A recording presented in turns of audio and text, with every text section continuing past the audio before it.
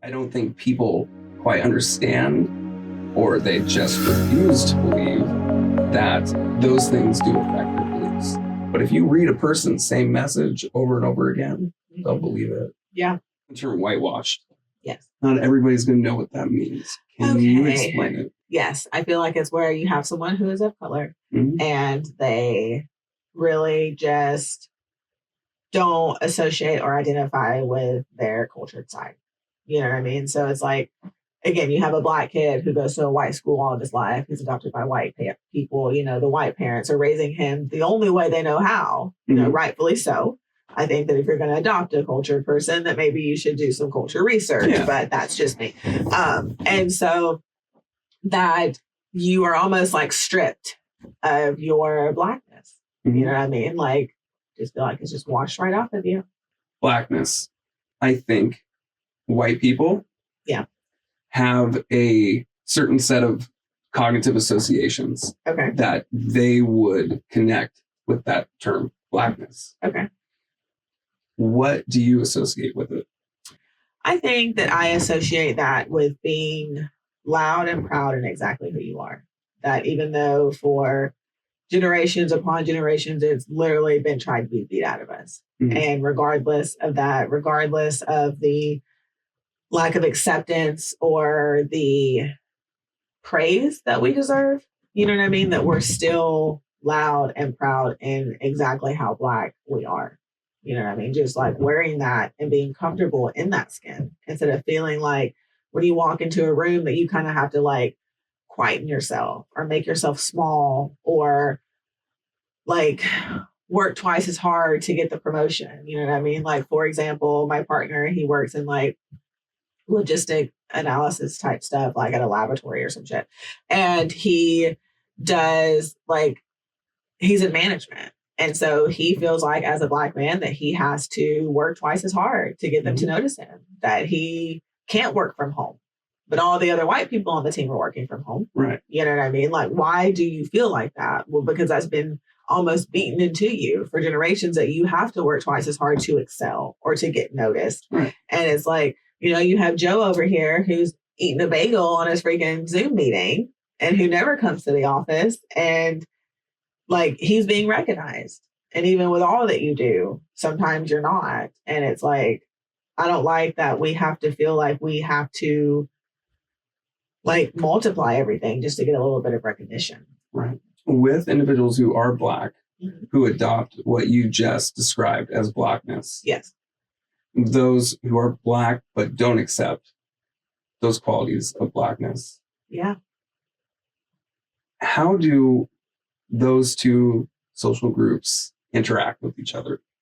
What are the beliefs that they hold about each other? Like with your personal experience, what do you experience? It's an interesting because like, so where I'm from, like they call the Black people who like have money and who like, you know, have class, whatever class means to you, that they're like sedity. You know what I mean? Like they look down. They're like what? Sedity. So it's like you're like from the city. Sorry, it's like a country thing, I guess. Okay. It's like you're from the city, you know, like you live in the big house, like you're like above middle class, you know what I mean? Like you have the riches of white people, you know what I mean? And so like now you're acting different, you know, because of wherever you are. It's like, no, I just like these things, you know what I mean? And so there is like when people, I think the most difficult part for the people, the Black people who you were speaking of in the two different groups is like, we don't understand why they don't want to grow.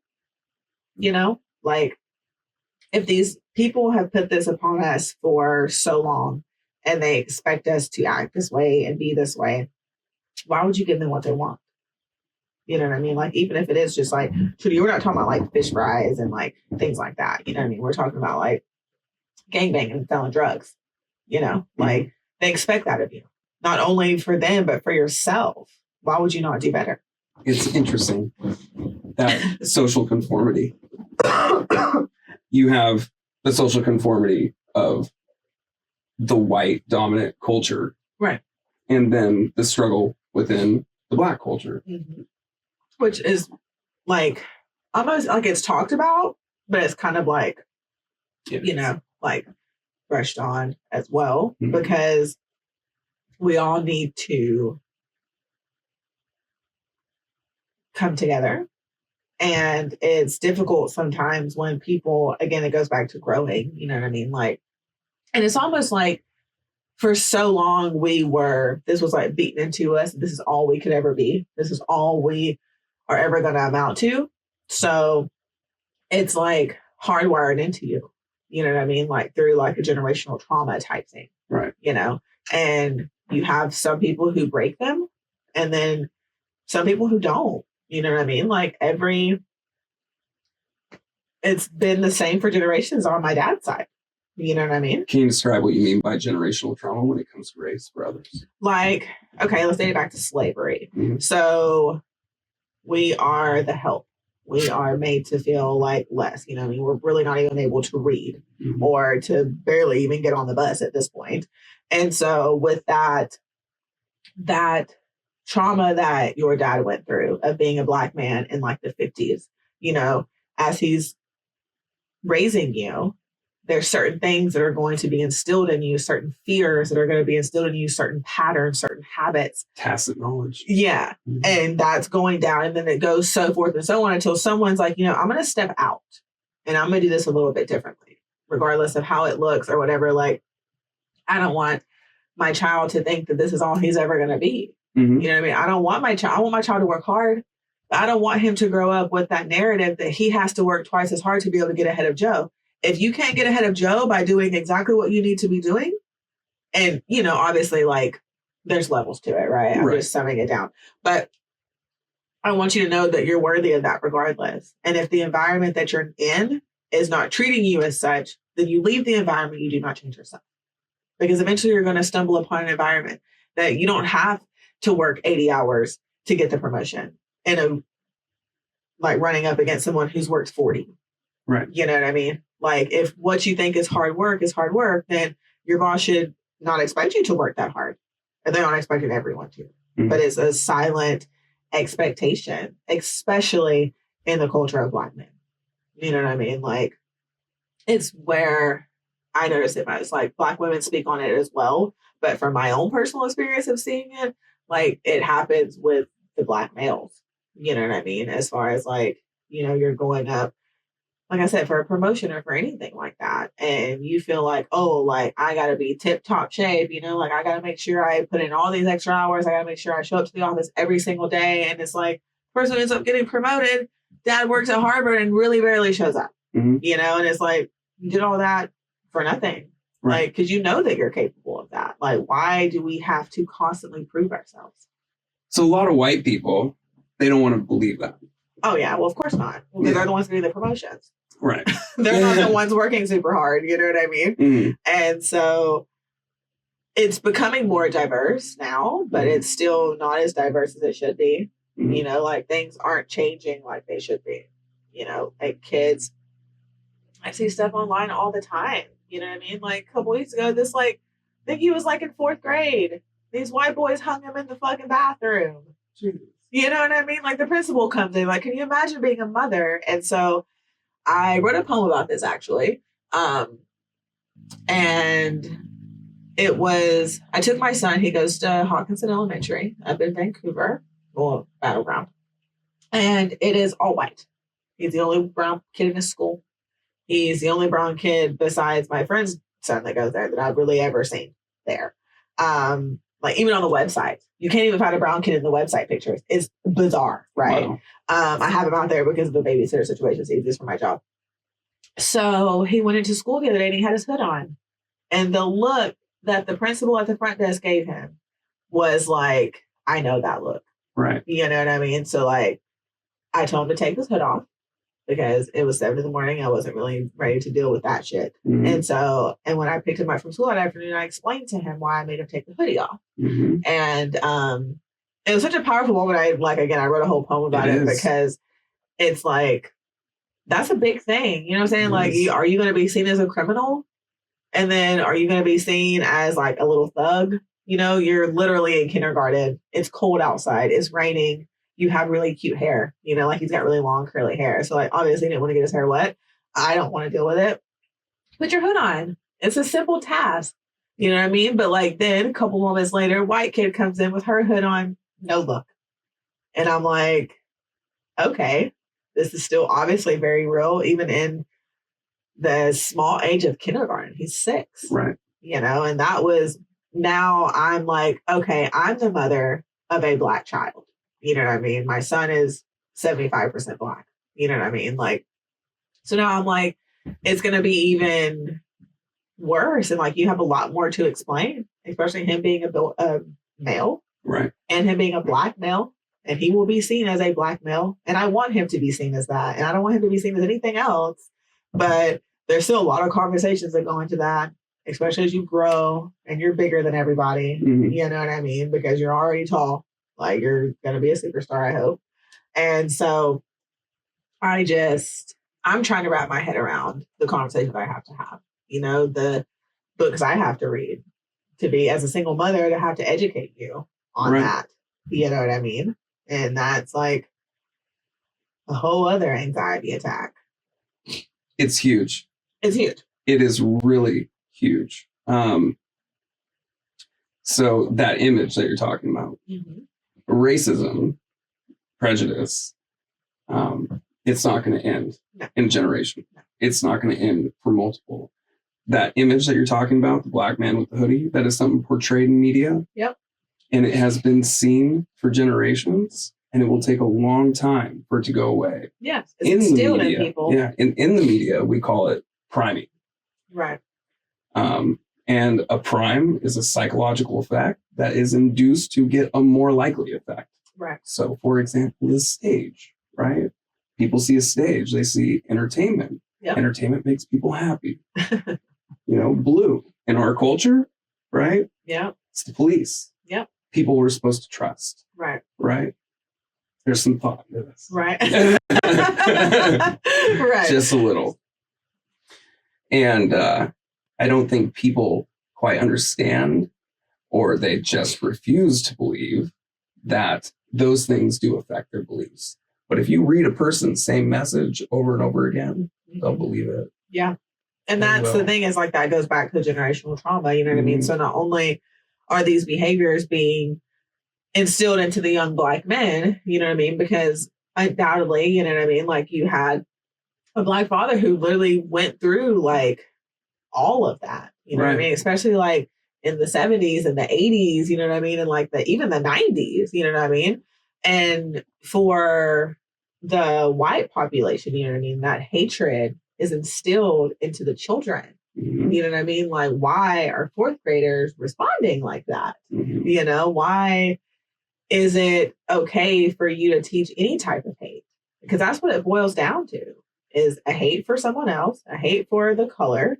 And it's just, you don't have to understand it, you know, but I think that it also comes down to people don't really want to make a difference. They don't really care. They like the way that things are, you know, like they like being on top, obviously.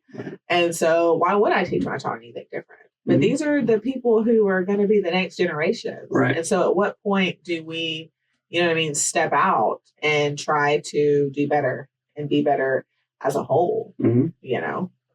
You mentioned the word thug. Yeah. In my opinion, that is a new racial slur that is primarily associated with the Black population. 100%. It's not socially acceptable yet. Right.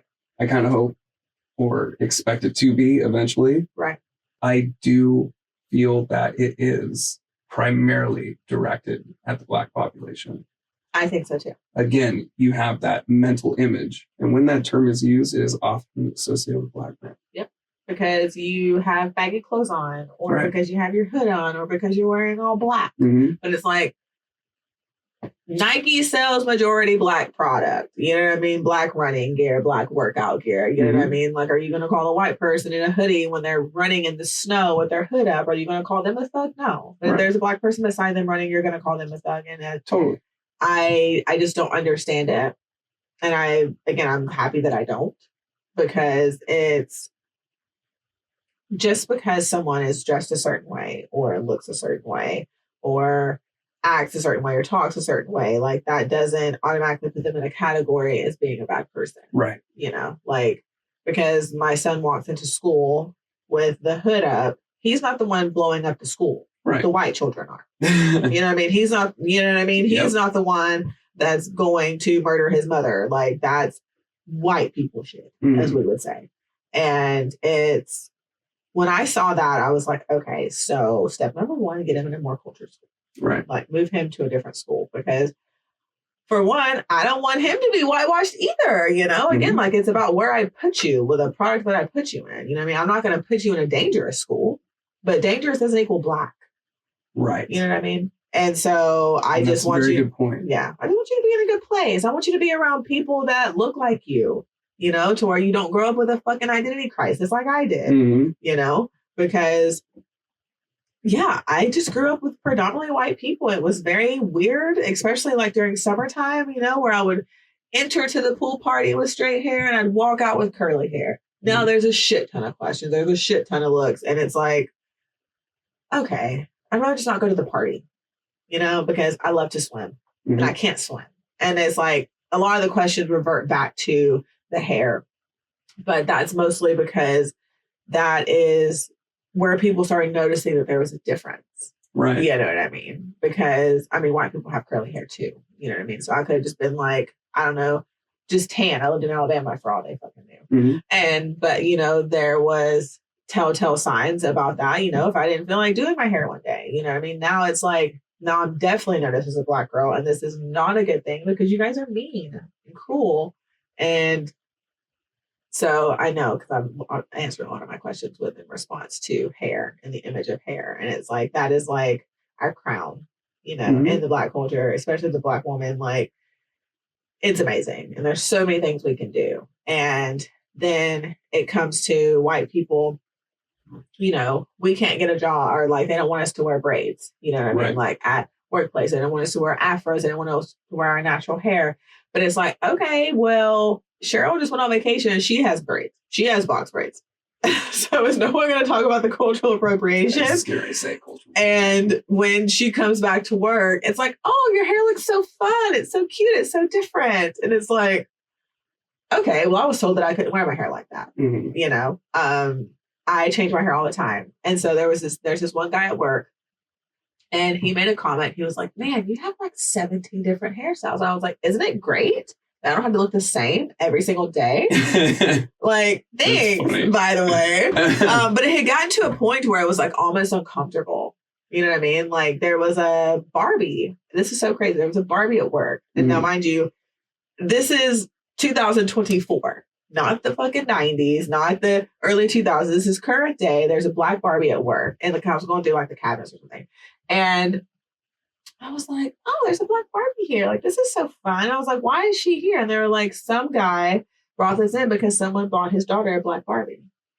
And he brought it here because he didn't want it in the house.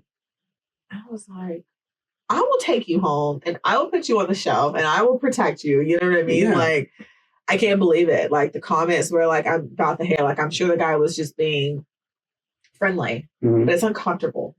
You know what I mean? Like, I don't need hair recommendations. Like I don't need the comments every single day. Like, thank you for telling me it looks nice.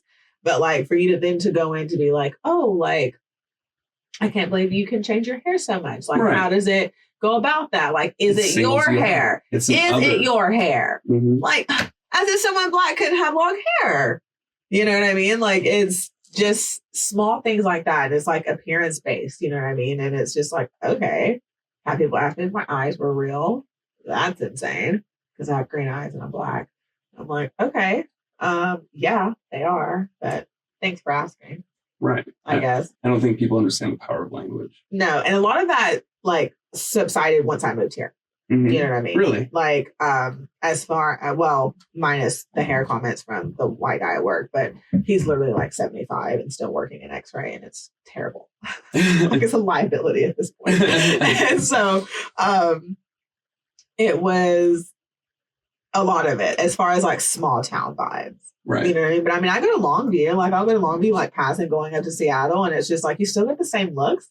You still feel uncomfortable. You still feel unwanted. And it's like, get with the times, people. Like almost everyone is either going to be biracial or multiracial in the next like 3 to 4 years, I think. Mm-hmm. Everyone's mixing and cross-pollinating. No one's really, I hope, like, it's not like an abomination of the like white race, mm-hmm. but like just minimize it a little bit. Mm-hmm. Procreate with as many cultured people as you can. You just mentioned something that interests me. Like I said earlier, the stats on Portland. Yeah. Very white. Mm-hmm. But it sounds like in your experience, you have found a good community. I have found a good community. But you travel 10 minutes outside of the city. Oh, yeah. Completely different set of beliefs by the population. Oh, yeah. Just out in like battleground. You know what I mean? Like there's like Trump flyers on the freaking fences. And I'm like, what? You guys are selling them at the 7-Eleven. This is insane. Does that make you feel isolated? Like you need to stay in a specific region? I'm more comfortable, like you can't hold me back. So it's like, if you don't like it, you just don't like it. And we'll deal with that when it comes up. Mm-hmm. But I think that it's easier to stay where you're comfortable. Right. You know what I mean? So it's like, if I enjoy being accepted here in the Portland area, and again, like Portland's gotten very white. And apparently it always was. But again, like my rose-colored glasses have been ripped off, right? And I just looked up one day and I was like, man, there's like really no brown people. All the events are predominantly white. All the restaurants predominantly white. Mm-hmm. Like you look around, it's like, I'm the only one now, until you go into like an area where it's like North Portland, But again, they've gentrified that too. Right. You know what I mean? Like the whole Alberta, like Killingsworth, like all that, like, it used to not be like that. And it wasn't even like that when I really moved here. Like it was a little bit more populated. But they are just building those apartment complexes and moving them right on in. Yes, they are. Yeah. So 2 new terms have entered the conversation. Gentrification. Yeah. And then, what was the other one? Gosh, it was just cultural appropriation. Yeah. There we go. It came back. Yeah. I would say out of all the things, well, not all the things, but one of the things that really annoys me when I come to observing white people is how they will culturally appropriate. Yes. New people enter the scene, into the social group, and they're like, dude, I'm going to hop on that. It's a bandwagon. Yep. It's a trend. Absolutely. I want to be cool. Trendy. Yeah. Cis is probably the one that really upsets me. What is? When white girls are like, okay, sis. No, okay. Like, stop doing that. And I don't feel comfortable. Mm-hmm. And also, I just met you. Right. Like, if we were like. Again, language. Like, okay, so like I have white friends who I've had for like 10 years. You know what I mean? Love them. Absolutely adore them. They don't even call me sis. Mm-hmm. You get what I'm saying? Like, it's just like an unknown thing that you just know is not okay. Right. You know what I mean? Like that was a language, a jargon between us as a culture that was like uplifting and things like that. It's like now like, okay, we fucking stole that too. Right. But yeah, I don't like being called that. It's very cringy. Like immediate dick. My son's mom or my son's friend's mom. Mm-hmm. So like basically like a basketball mom. She said that to me in a text and I was like, you'll never go over there again because she's got a black husband. And you can send her this video. I know. So she's got like a black husband and like that's also like a whole other conversation is when white women date black men and try to take over like the identity of a black woman. It doesn't work. Interesting. Like we don't care if you date the brothers. Mm-hmm. Some care more than others. I only care when you start feeling like you're one of us.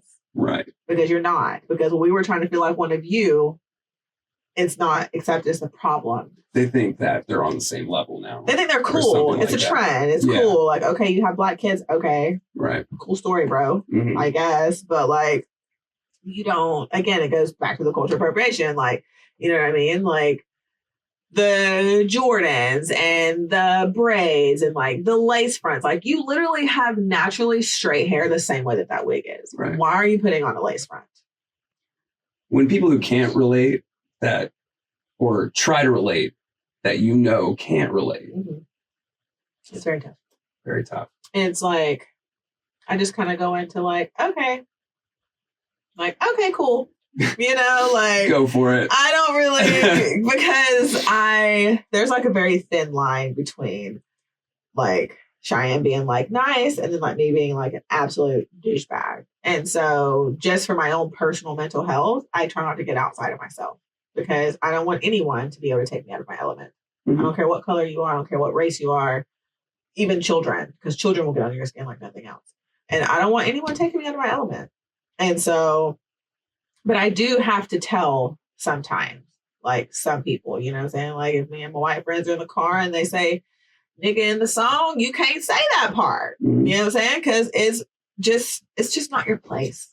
Right. You know, it's just not your place because especially when we took on, it felt like we took on that word because it was used against us for so long. Right. So we changed the enunciation of it. We changed the way that we use it. And now it's friendly and it's welcoming and it's like homage. You know what I mean? But like when I heard my grandmother say nigger, man, like that was like, because I was very young. Like I remember like looking out the window, like the pecan tree was out there. And I was just like, she really don't like Black people. This is scary. I'm a Black person in this lady's house. You know what I mean? Like, what the hell am I supposed to do now? You know? And like, she would always say that. And so it was hard dealing with feeling like I had racism in the home. Right. You know, like, what do you do? How do you move? You know, you don't want to upset the slave master now, do you? Right. So I guarantee you, your comments on the word nigga are not understood by the white community. No. In that way. No. Not at all. And I think because it became like a brotherhood, you know what I mean? Like women say it as well, but you know what I mean? Like it's very common in like the male population. And it's just like, I thought that it was really powerful that they took a word that was supposed to bring them down, you know what I mean? And now they're using it as a word that is friendly and welcoming to kind of like maybe hopefully like reverse some of that trauma. Interesting. You know what I mean? Is the way that I view it. I'm sure everybody has their own thing. I don't really know where the switch happened. You know what I mean? I wasn't even conceived yet. I have no idea. I don't think the majority of people perceive it as a term of empowerment. Yeah. Not from the white culture, probably. Yeah. But I think I've never heard of it that way. If you're Black, you just know. Right. You know what I'm saying? Like, you just know. And so, you know, you walk into a cookout, that's one of the first things that's said. What's up, my nigga? You know what I mean? Like, it's just like that. And so it probably took a lot of courage to do that. You know what I mean? Because again, like that was labeled upon us for so long in the derogatory term. Yeah. And for it to now be like that, and then for us to change it and empower it, and then you as a white culture still think it's appropriate to even use it. It's like, no, it's not appropriate to use it. It's not appropriate to call me sis. It's not just not appropriate. Interesting. Power of language. I don't know if art is valued in our culture as much as it once was. And you know, it's just like, as a Black poet, is this being recorded now? Yeah. Okay. I'm like, so there's this specific poet. Her name is Brianna Renee. And she hosts the People's Poet. And that's where I did my first debut of my poetry. Room full of Black people, all Black poets. Like the only people that are allowed on the mic have to be a person of color.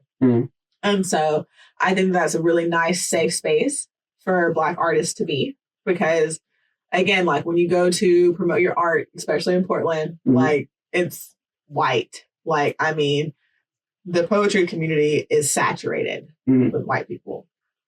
I love a lot of my white friends dearly. You know what I mean? But it's like, it's also nice to look out into the crowd and be reading a poem about your Blackness and having someone, just one person in the room, be able to relate. Right. You know what I mean? Instead of like relating from a empathetic way, but more so of like a, I've been through this. Right. You know what I mean? And so that's why I really like that she runs her mic that way. It's a really safe space for all the poets to go. It's always a good time. And I just noticed that, you know, like a lot of, that's why, again, like I was like, man, there's not, besides her, there's not any other Black host out here that's like hosting poetry events. And so I'm like, let's do it. You know what I mean? There needs to be more of those. There needs to be more spaces, more times a month where people can gather and feel like they're a part of a community that actually relates to them. You know what I mean? Like there was this one guy at my last poetry event, Desmond, he at the beginning of his set, he's saying, like, he started out like singing like 3 R&B songs, and the crowd finished them. And it was like everybody in the crowd knew the songs. You know what I mean? Like, you go somewhere else and it's not going to hit the same. You know what I mean? So I think that it's important as a community to like break away from the norm. You know what I mean? Like, be supportive instead of, you know what I mean, trying to tear your girl down or something like that. You know what I mean? Like, don't look at it as like a threat. Look at it as like, oh, we need more Black people doing this stuff. Right. You know what I mean? Like, that's common too, upon any race, really. But, you know, like, I think it's just worse in the Black community because like everyone's already against us anyway. Right. You know what I mean? So like, don't let some like hater vein in you like start popping out and start controlling everything. You know what I mean? Like, it's terrible. Like, I don't understand. So I'm really grateful for the community that's been very welcoming here. I've like, a lot of them are just like my family. You know what I mean? And so it's really nice, especially for me to like form that sisterhood that I didn't have as like a child. You know what I mean? Like, I had white friends, like I had besties, whatever you want to call it, but like it didn't feel like that true sisterhood. Right. You know what I mean? Like braiding the hair, you know what I mean? Like learning about different products that work for your skin because our skin is the same, you know, and stuff like that. I remember when I was young, I used to like put on a bunch of lotion, you know what I mean? Especially in the summer, it's Alabama, it's literally so humid.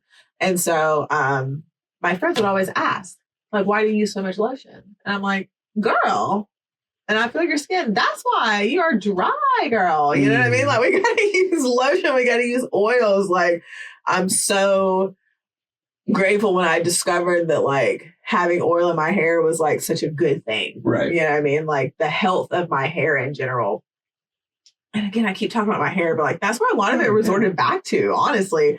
And so just in the difference in the last, like, 10 years in my hair health. You know what I mean? Like, and that was whenever I moved here. You know what I mean? I started getting around people who knew how to educate me on my hair. You know what I mean? Like girlfriends who knew similar ways to do their hair. So they would suggest like this product or like this hair treatment or whatever the case was. And like my hair was so brittle and so dry when I was trying to like fit into this white culture. You know what I mean? Like feeling like I had to, my very first job, I'll never forget my boss. There was me and another Black girl that worked there. And the job was based highly on appearance. I was in the serving industry and the girl came in for work for her shift and they said, Shiaian, go fix her.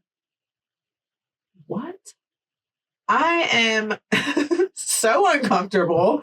Like, how am I going to go tell this Black girl that I have to fix her? Like, what's wrong with her? Wow. You know what I mean? They're like, we just need her hair to be a little bit different and we need her to have a bit more makeup on.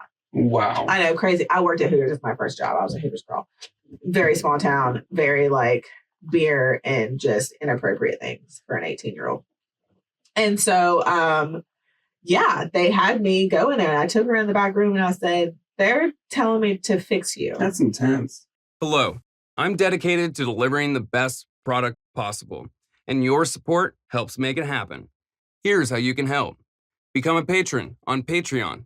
Your contributions help cover essential costs like audio and video production software, streaming services, guest travel expenses, and even electricity to keep everything running.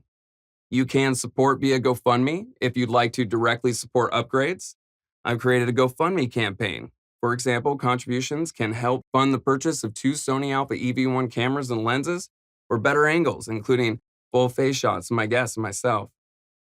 You can visit my website to speakonline.com and share articles and content. Also, if you're interested in becoming a contributor or collaborating, I'd love to hear from you.